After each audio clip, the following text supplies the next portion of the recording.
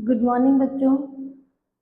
Chapter start करने से पहले मैं आप लोगों से कुछ कहना चाह रही हूँ कि आप लोग इस चैनल को सर्च कीजिए यूट्यूब पर, टॉपिक के नाम से reproduction angiosperm by doctor Jyoti Sharma. उसको सब्सक्राइब कीजिए, लाइक और व्यूज़ करने हैं आप लोगों को, ताकि हम लोग इसको अपना जो इंटरेक्शन है वो हो सके, यूट्यूब पे लाइव क्लास आ सके। अभी मुझे रिकॉर्डेड क्लासेस देनी पड़ रही है क्योंकि यूट्यूब पर सब्सक्राइबर कम है और ये चैनल पुराना नहीं है और चैनल सिर्फ आपके लिए बनाया गया है अभी रिसेंटली। तो आपको इसको सब्सक्राइब करना है और इसको लाइक करने हैं, वीडियोज पे व्यूज़ बढ़ाने हैं, ताकि कि हम आपसे बात कर सकें। मुझे क्लासरूम में पढ़ाने की आदत है, तो आप लोग लाइव आएंगे तो हम अच्छा और अच्छा पढ़ सकेंगे। ठीक है, अब अपन अपना टॉपिक स्टार्ट करते हैं। रिप्रोडक्शन यूनिट कर रहे हैं हम, और कल हमने कहाँ छोड़ा था? पॉलन ग्रेन पे। हम पॉलन ग्रेन की बात कर रहे थे कि पॉलन ग्रेन जो होता है उसको हम कहते हैं male gametophyte. Male gametophyte means ये गैमेट प्रोड्यूस करेगा, ये गैमेट नहीं है। ठीक है, और हमने पढ़ा था कि इसकी जो हैप्लॉइडी होती है, ये हैप्लॉइड होते हैं। ठीक, और एक और बात पढ़ी थी कि इसके पास दो सेल्स होती हैं, एक लार्जर होती है जिसे हम वेजिटेटिव सेल बोलते हैं, और एक स्मॉलर सेल होती है जिसको हम जनरेटिव सेल बोलते हैं। और एक एंटाइम लेयर और इसको सराउंड करने वाली स्पोरोपोलिन की बनी हुई हार्ड लेयर होती है, और इसके बीच बीच में कहीं कहीं पर एब्सेंट होती है जिनको हम जर्म पोर बोलते हैं। और इससे ये जो जर्म पोर है, इससे पॉलन ट्यूब जनरेट होगी। ठीक है ना, इससे पॉलन ट्यूब निकलेगी। तो ये इतनी बात हमने कल पढ़ी थी। अब आज हमारा जो नेक्स्ट टॉपिक है वो है फीमेल। फीमेल पार्ट देखेंगे हम इसका, एंजियोस्पर्म का, कि फीमेल जो गैमेटोफाइट है वो कैसे बनता है। तो सबसे पहले हम इसके फीमेल फ्लावर के फीमेल पार्ट की बात करते हैं। हमें पता है कि यहाँ पर फीमेल पार्ट जो होता है उसको पिस्टिल बोलते हैं। ये नीचे मैंने थैलेमस बनाया, ये हमारा थैलेमस हो गया, ये ओवरी हो गई, ये स्टिग्मा हो गई, और ये स्टाइल हो गई और ये स्टिग्मा हो गई।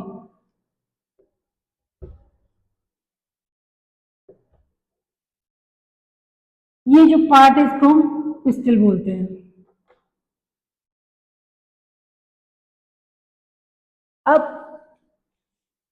फ्लावर के फीमेल पार्ट को गाइनोशियम, जैसे वहां पर एंडोशियम था वैसे यहाँ गाइनोशियम है। गाइना फीमेल के लिए यूज किया जाए तो गाइनोशियम हो गया। गाइनोशियम में पिस्टल जो होते हैं, जैसे वहां एंथर था, स्टेमन थे, वैसे यहाँ पिस्टल है ना। एंडोशियम में जैसे स्टेमन पड़े थे वैसे हम यहाँ पिस्टल बोलेंगे। तो ये हो सकता है कि एक सिंगल पिस्टल हो और मैनी पिस्टल हो। बच्चों हम सिर्फ एनसीईआरटी को पढ़ते हैं, हमें अपने सिलेबस पे फोकस करना है। तो मैं जो पढ़ाऊंगी वो सिर्फ तुम्हारे 12th की एनसीईआरटी बुक्स के अंदर जो है वो पढ़ाऊंगी। ज्ञान तो हम जितना चाहें उतना ले सकते हैं, बायोलॉजी के अंदर अथाह सागर है, लेकिन हमें सिर्फ अपने कॉन्सेंट्रेट किस पे करना है, फोकस किस पे करना है, जो हमारे सिलेबस में है।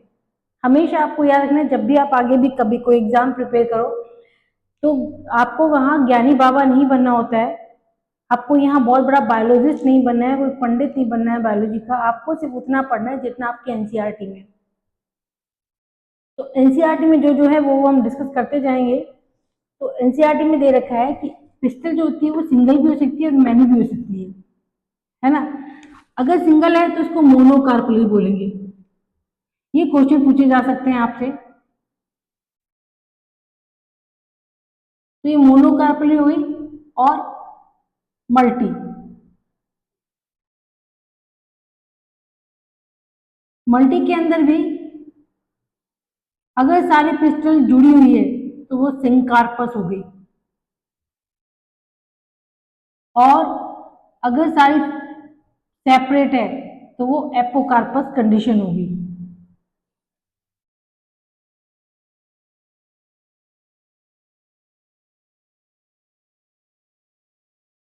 क्या बताया है मैंने बताया है बहुत सिंपल बात जो हम 11th में पढ़ चुके हैं कि gynoecium made up of pistols. Pistol में बी सिंगल और मैनी। अगर सिंगल है तो मोनोकार्पली और अगर मैनी है तो मल्टीकार्पली होगी।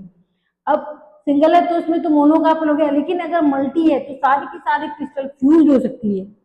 अगर वो फ्यूज कंडीशन में है तो उसको सिंकार्पस बोलेंगे, और अगर वो सेपरेट है तो उसको हम एपोकार्पस बोलेंगे। ये क्वेश्चन आपसे पूछे जा सकते हैं, आपकी बुक के अंदर दे रखे हैं। उसके बाद इसके स्ट्रक्चर देखते हैं। ये ओवरी की लॉक्यूल है। लॉक्यूल के अंदर प्लेसेंटा होता है।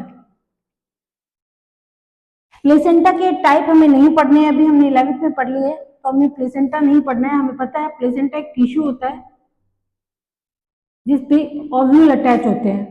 तो मैं एक साइड में प्लेसेंटा बना रही हूँ और इस पे बहुत सारे ओव्यूल बना रही हूँ। ओव्यूल जो होते हैं वो नंबर में सिंगल भी हो सकते हैं और बहुत सारे भी हो सकते हैं।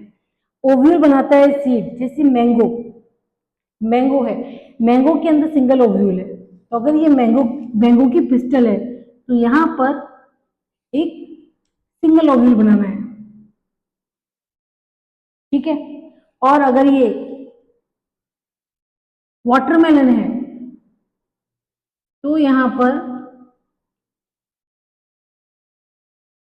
बहुत सारे ओव्यूल बनेंगे। जितने सीड्स हैं उतने ओव्यूल है।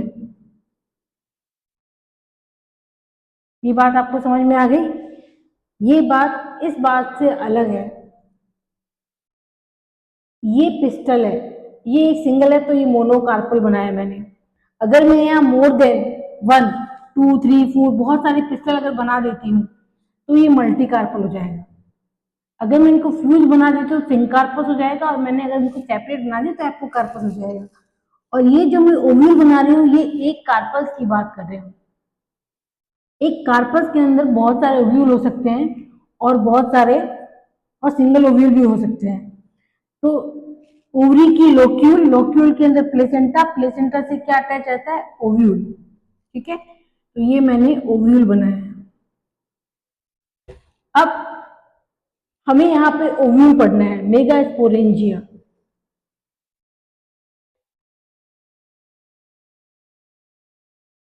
आप कल का अगर टॉपिक रिकॉल करते हैं तो आप देखिए कि माइक्रोस्पोरेंजिया हमने पढ़ा था। माइक्रोस्पोरेंजिया किसके अंदर था? एंथर के अंदर। स्टेमन के अंदर एंथर, और एंथर के अंदर क्या था? माइक्रोस्पोरेंजिया, ठीक है। यहाँ पिस्टल के अंदर ओव्यूल, और ओव्यूल को हम क्या कहते हैं? Mega sporangia. तो ओव्यूल और मेगा स्पोरेंजिया।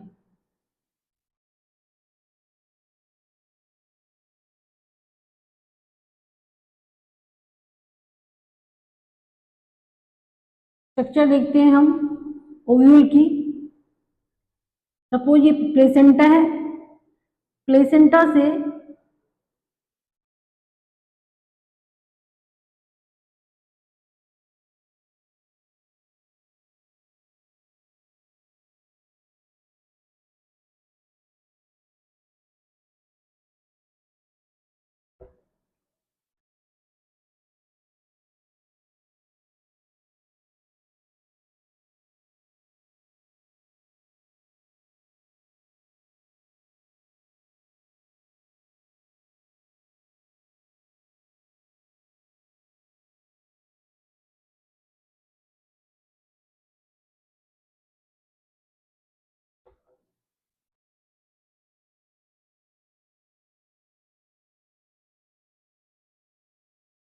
ये एक ओवरी के अंदर मैं एक सिंगल ओवरी बना रही हूँ।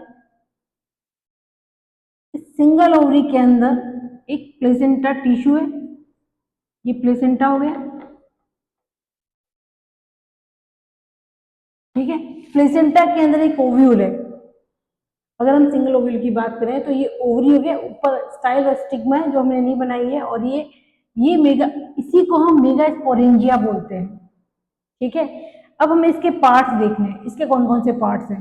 ये जो अटैच कर रहा है प्लेसेंटा को इसकी बॉडी से, है ना, ये तो स्टॉक हो गया, ये स्टॉक है।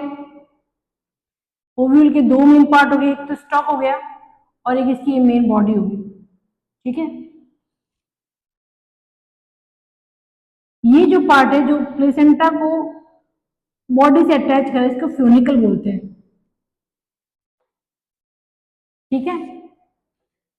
फ्यूनिकल यहां से थोड़ी सी ऊपर बॉडी के साइड में थोड़ी सी थिक होती है, इसे हम रेफे बोलते हैं, रेफे,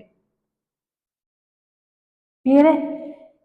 फ्यूनिकल का वो पार्ट, ये फ्यूनिकल है यानी स्टॉक है, और ये ओव्यूल की पूरी बॉडी है।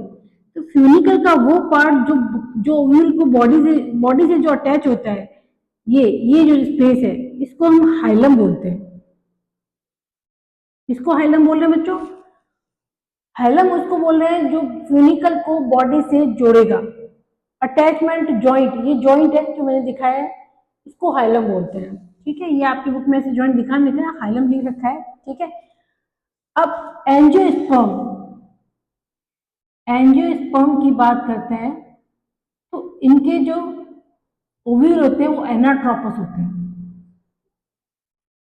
एनाट्रोपस कंडीशन ये होती है, उल्टा सा दिख रहा है आप लोगों को, ये इस कंडीशन में एनाट्रोपस ओव्यूल बोलते हैं। तो एंजियोस्पर्म में जिम्नोस्पर्म में ऑर्थोट्रोपस होते हैं, जिम्नोस्पर्म में कंसीडर नहीं करना, एनाट्रोपस होते हैं, और ये बात आपको ध्यान में रखनी है, ठीक है। अच्छा, अब इसके अंदर दो टॉग्यूमेंट है, मतलब दो लेयर है प्रोटेक्शन के लिए, एक इनर होगी एक आउटर होगी, ठीक है।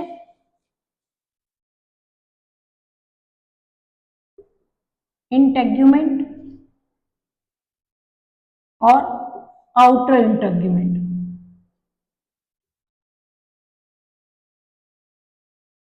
समझ में आई बात। एक इनर इंटेग्यूमेंट हो गई, एक आउटर। अच्छा, आपने कभी कोई शीट देखा है, शीट के ऊपर छिलके होते हैं ना, वो वही इंटेग्यूमेंट है, क्लियर है। तो शीट के अंदर जो जो कवर आपको दिखाई देता है वही कवर होता है जो ओव्यूल के अंदर, ओव्यूल शीट में डेवलप होता है। आगे जाके ये पूरा का पूरी ये जो स्ट्रक्चर है ये शीट बन जाएगी, क्लियर है।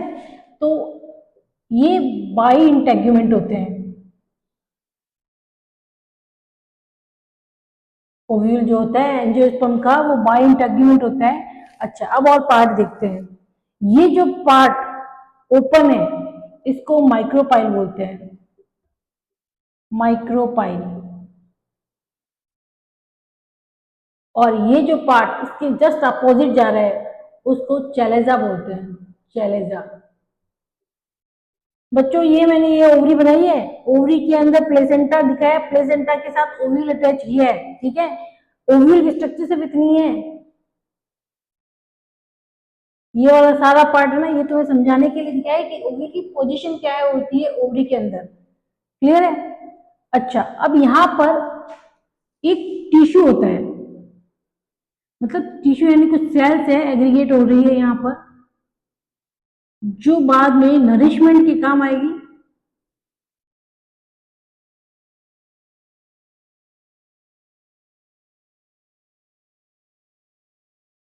क्लियर है। इन्हें न्यूसीलस बोलते हैं, न्यूसीलस। तो एक बार रिवाइज कर लेते हैं इसके स्ट्रक्चर को। क्या क्या देखा है हमने। हमने बनाई एक ओवरी, ओवरी से अटैच किया प्लेसेंटा, प्लेसेंटा एक टिश्यू होता है जिसके अंदर ओव्यूल अटैच होते हैं, ठीक है। एंजियोस्पर्म का जो ओव्यूल होता है वो एनाट्रोपस है। अब एनाट्रोपस ओव्यूल ऐसे बनाते हैं। ओव्यूल के मेन मेन पार्ट्स होते हैं, तो दो पार्ट होते हैं, एक तो बॉडी होती है मेन बॉडी, एक कहते हैं फ्यूनिकल। फ्यूनिकल और बॉडी के बीच में आता है हाइलम जो इनको ज्वाइंट करता है। वैसे आपको याद है तो ठीक है, नहीं रहे तो कोई बात नहीं। उसके बाद दो इंटेग्यूमेंट दिखा रखी है, एक इनर इंटेग्यूमेंट, एक आउटर इंटेग्यूमेंट। और ये जो पोर मैंने दिखाया है ये माइक्रोपाइल है, यानी कि इससे पोलन, क्योंकि पूरा ओव्यूल तो पैक है, तो पोलन ग्रेन अगर आएगा तो कोई ना कोई तो गेट चाहिए उसको एंटर करने के लिए पोलन ट्यूब को। तो ये पोर्शन जो है इसका ओव्यूल का ये ओपन है, बाकी सारा पैक है। आप देखिए ये पोर्शन थोड़ा सा ओपन है ताकि माइक्रोपाइल जो है वो जो पोलन ट्यूब है वो आ जाए अंदर। और ये जो है ये न्यूक्लियस की सेल्स हैं, ये चैलेजा एंड है। तो ये हमारा मेगास्पोरेंजिया की स्ट्रक्चर है। आपसे क्वेश्चन पूछा जाता है कि आप डिफाइन कीजिए मेगास्पोरेंजिया को, तो ओव्यूल मेगास्पोरेंजिया होते हैं। और उसके बाद स्ट्रक्चर बताइए, तो ये inner integument, micropyle, funicle, hilum, ये इसके स्ट्रक्चर में आता है। अच्छा, जब फर्टिलाइजेशन हो जाता है, सीड बन जाता है, तो ये जो पार्ट है ओवरी का, ये फ्रूट में कन्वर्ट हो जाता है। ठीक है, हम ये पढ़ चुके हैं, इस साल भी पढ़ेंगे। और ये जो सारा का सारा पार्ट है ये सीड में कन्वर्ट होता है, और एम्ब्रियो सीड के अंदर होता है। एम्ब्रियो सीड नहीं होता है, सीड के अंदर होता है। ठीक है, ये टॉपिक यहाँ तक क्लियर हो गया।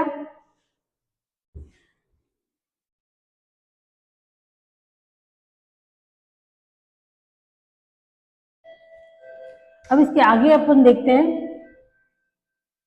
कि हमारा मेगास्पोर जो है वो कैसे बनेगा।